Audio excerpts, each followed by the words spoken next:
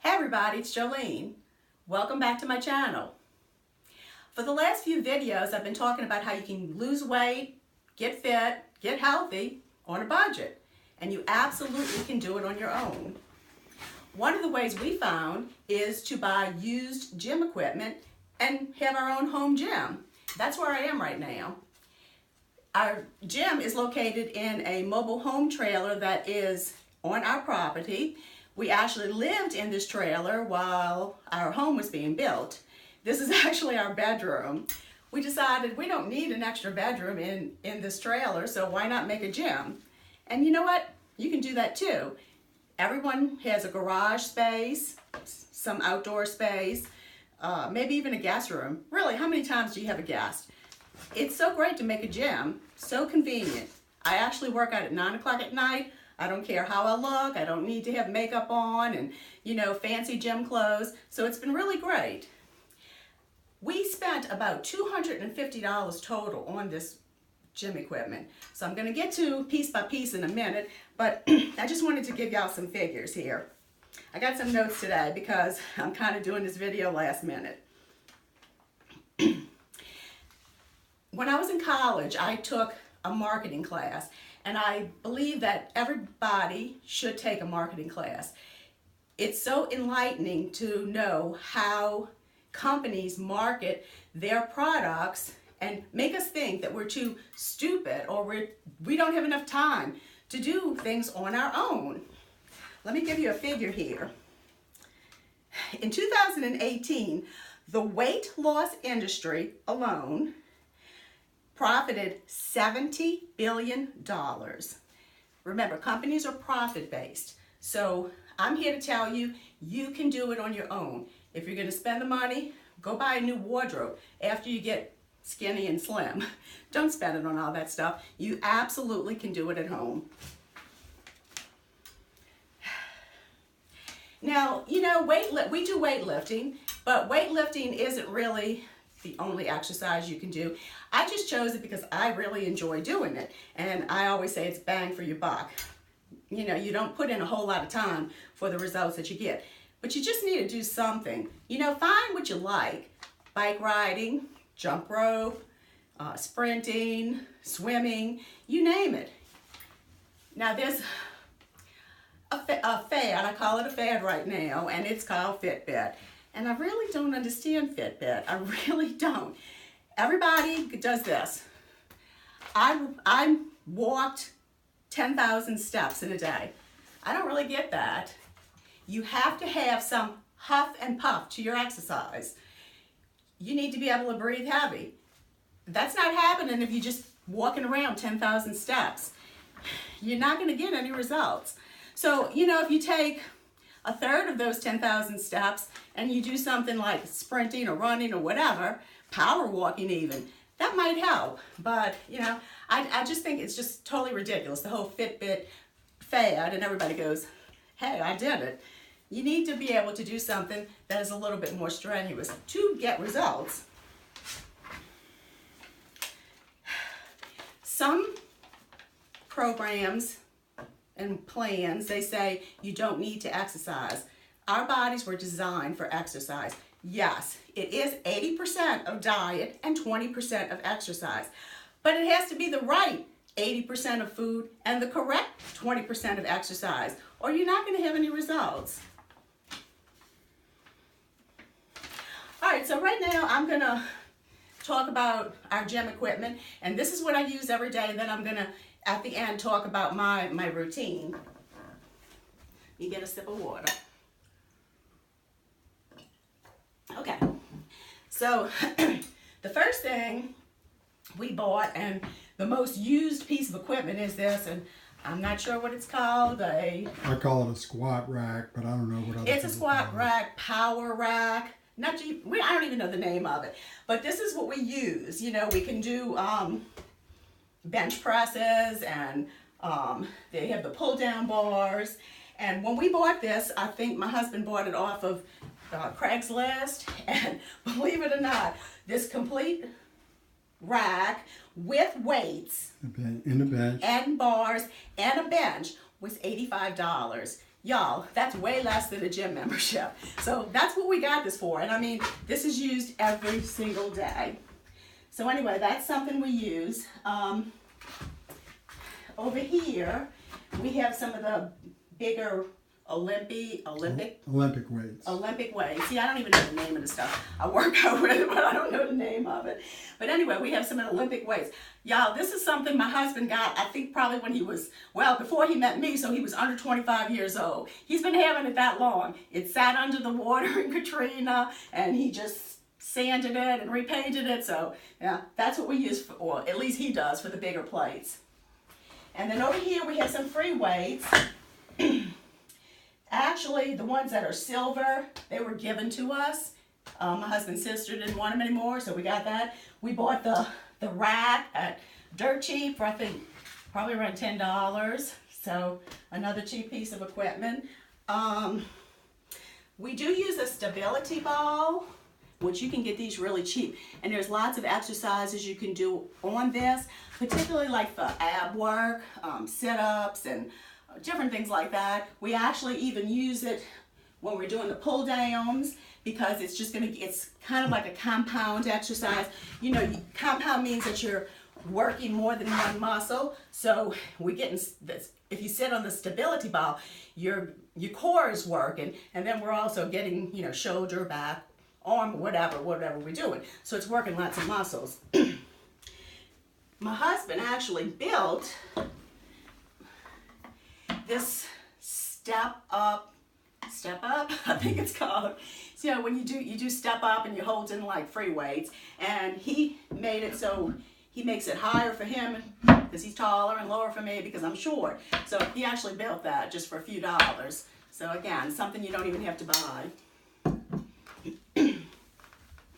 And then we bought these curl bars and other bars here. That's like for military presses and things like that. It's a standard weight set. It's a standard weight set. Okay, it's a standard weight set. And we bought that for $65 off of like Facebook Marketplace or something like that. So like I said, this is all. The bench came with this. My husband actually even bought a complete another set for when he is working and he's out of town, that he uses it, you know, at a different location. So we got a complete another gym just like this at a different location. I mean, y'all, it's so cheap. It's definitely worth checking into. You know, you might not find it the first day you look, but after a few weeks, you're gonna find it. Especially now, because all the people that started their diet plans in January are probably failing by about now, and they want to get rid of that stuff. So it's a great thing to do. So right now, I'm gonna talk about my workout program. I'll probably do a video a little bit more individual on what I'm doing, actually doing the exercises, you know, but right now I just want to kind of give you an overview.